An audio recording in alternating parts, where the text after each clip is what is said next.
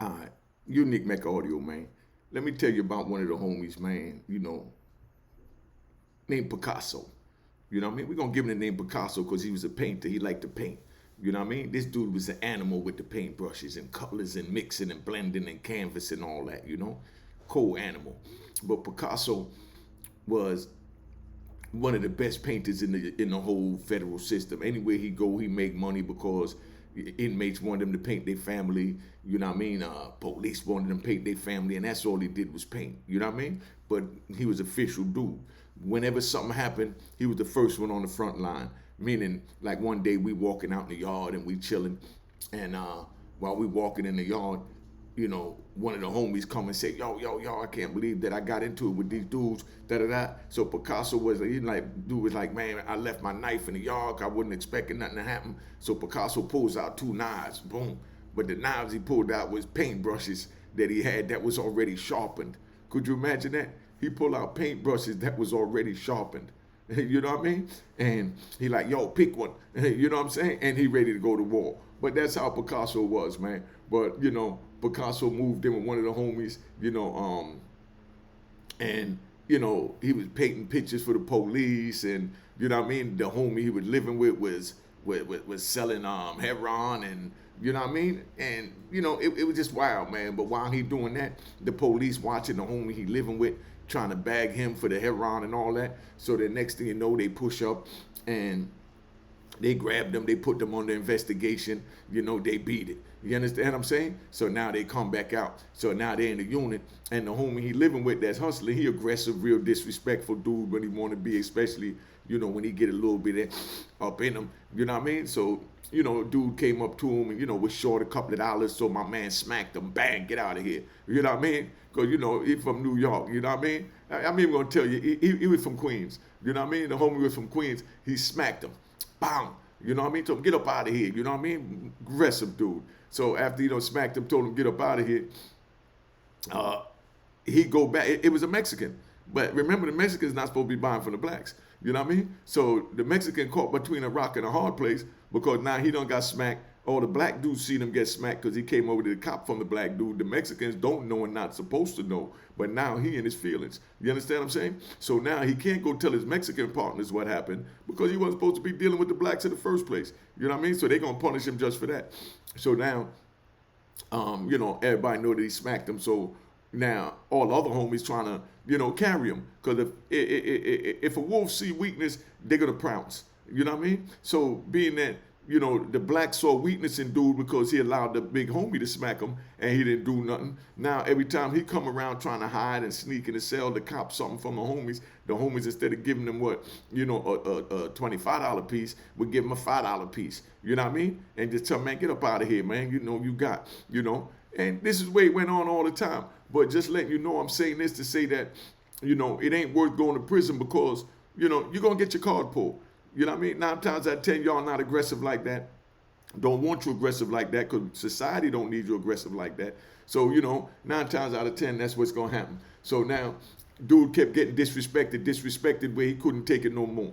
You know what I mean? So now he needed a scapegoat. So he looking for somebody that he could jump out there on. So, he go push up on one of the brothers that was on the phone and his back was turned. You understand what I'm saying? Dude talked to his girl on the phone, back turned.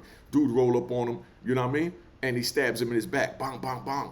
So now when he stabs him, you understand what I'm saying? Everybody turns around and, goes at him. So when everybody go at him, now all his, Serrano gang buddies, they jump in. You understand what I'm saying? Because they don't know what's happening. They figure that he stabbed him for a good reason. You know what I mean? They don't know that he's stabbing him because, you know what I mean, he been getting played by the blacks. You understand what I'm saying? Because, like I said, the Serranos don't even deal with the blacks, so they don't even know what's really going on with him and how he's being carried and robbed for his money, and that he's even still copied on the low from the blacks. You understand what I'm saying? So now we get in a big old fight, and all the New York car in the hole, the Mexicans in the hole and all that. You know what I mean? The Serranos, so we all in the hole. Because out there, their gangs are segregated now, too. It'd be the Serranos and then it'd be the Border Brothers, you know what I mean? The Northaniels, even though they wasn't out west, you know what I mean? Because they don't like the Northaniels, in the system, the Serenos and things like that, because they deal with blacks and have babies with black, females on the street, and they grew up with the black people, and I tell you, they on some real racist time. So they always got issues with them, where the compounds I was on, the Serenos wouldn't allow the Northanians to be on the compound. Even while we was in Atwater, that's right there in Northaniel backyard, up there by like Fresno and all of that, they wasn't allowed on the compound. So imagine, you getting in trouble and the jail is 45 minutes, 30 minutes from your house, but you're not allowed to go there because none of your gang members are allowed to go there because another gang is there and they're stronger than your gang on that compound. You understand what I'm saying? And, some say allegedly in general. I don't want to pick no card because I'm going to bring my peoples up here. I'm going to let them break it down and explain all that to you. But it's crazy, man. So now we all in the hole. So when we in the hole, we all going to wreck, and the Serenos, they come to wreck, and they put them in a cage next to our cage. You know what I mean? Because it's cages. You know what I mean? So it'd be no more than like 2 man in a cage. Sometimes they put 4 man, but out there they put 2 man in the cage. You know what I mean? So if you get a beef with somebody, dude be playing Cell Warrior. I'm gonna tell you about a Cell Warrior later. You're getting a beef with somebody, and cause they yelling through the thing or whatever. You tell in the morning, you tell the police, yo, I'm trying to wreck with cell such and such. You know what I mean? So, cause they put you in the cell to try and make it easier by putting 2 people in the cell. So to fit. So they say, I'm trying to sell with cell 15. And you know what I mean? So they ask you, tell 12, you're trying to wreck with 15? Say, yeah. But the whole time we going out there to fight because we was arguing through the bars for the frustration of being locked up in the cell in the first place.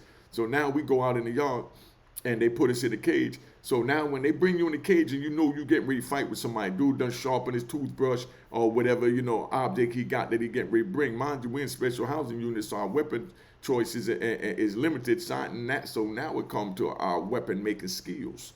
Let's get that right, our weapon making skills. So now dude go out there, he got his joint. So when you go out there and they gonna bring the both of y'all there together, but when they bring y'all there, they like to, they have to, because it's only one little chute to put your hands through. They like to take the handcuffs off one at a time. You understand what I'm saying? Because there's only one chute to put their hands. So if you beefing with somebody, you need to be the first one at the chute to stick your hands while they cuff behind you through that door, through that little cut in the thing, so the police could take off your handcuffs. So, if anything, you could sneak dude if you want to sneak dude, or you could play the back of the cell and give him a fair one. But, you're supposed to play the back of the cell and give him a fair one. But I've seen many dudes, you know what I mean? They get the handcuffs off first, and then when the police getting ready to take off the handcuffs of the other dude, you know what I mean? And he's walking to go put his hand through the chute, he'll jump up and, he'll start stabbing him while he's handcuffed. Because there's no, right way, you know what I mean, to have a battle in war. You know what I mean? So if you want to enter this, keep doing what y'all doing, man. That's why I tell you, don't get involved in it. It ain't worth it. So don't even say I didn't tell you.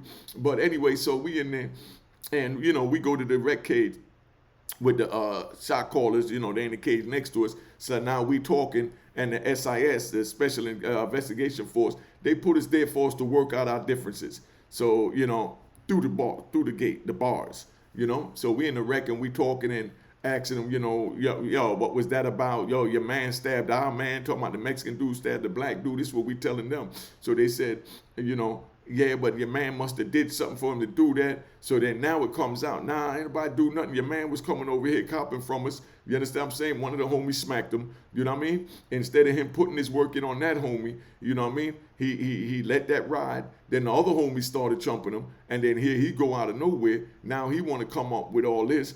Like if he's a tough guy, so he did a tough man check-in. So he stabbed one of the homies. He thought that it wasn't going to be no repercussions behind. But we hold out all our own.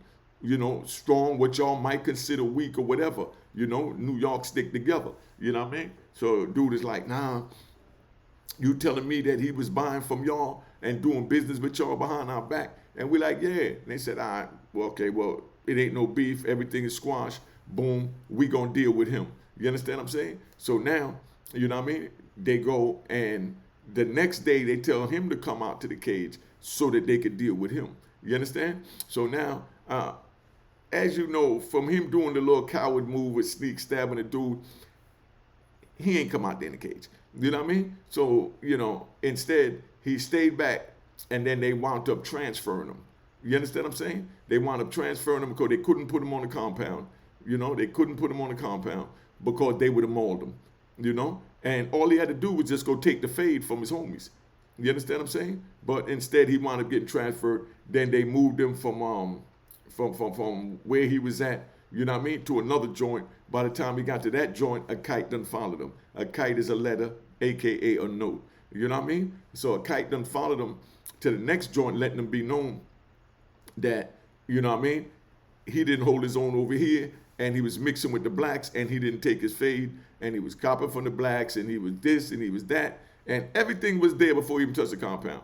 You know what I mean? But, he don't really know no better. So as soon as he get there and he walk up in there now, he go on the compound, he go get his bedroll and R&D, and as soon as he walk, down the walkway to go, he see the homies, they smiling, they greeting him. As soon as he get there, they start hitting him, bang, bang, bang, bang. They stabbing him up. You understand? Because the note came from the other joint. You can't run from what you do in one prison and think you're going to go to the next prison and have a happily ever life, and they're going to forget about what happened. Nobody forgets nothing that happens in prison, and whatever you do, it travels with you. So I know you ain't trying to put yourself in this situation, so don't get involved in the game so you don't have to worry about it, because I don't want to see nothing happen to you, and I'm telling you like it is, man.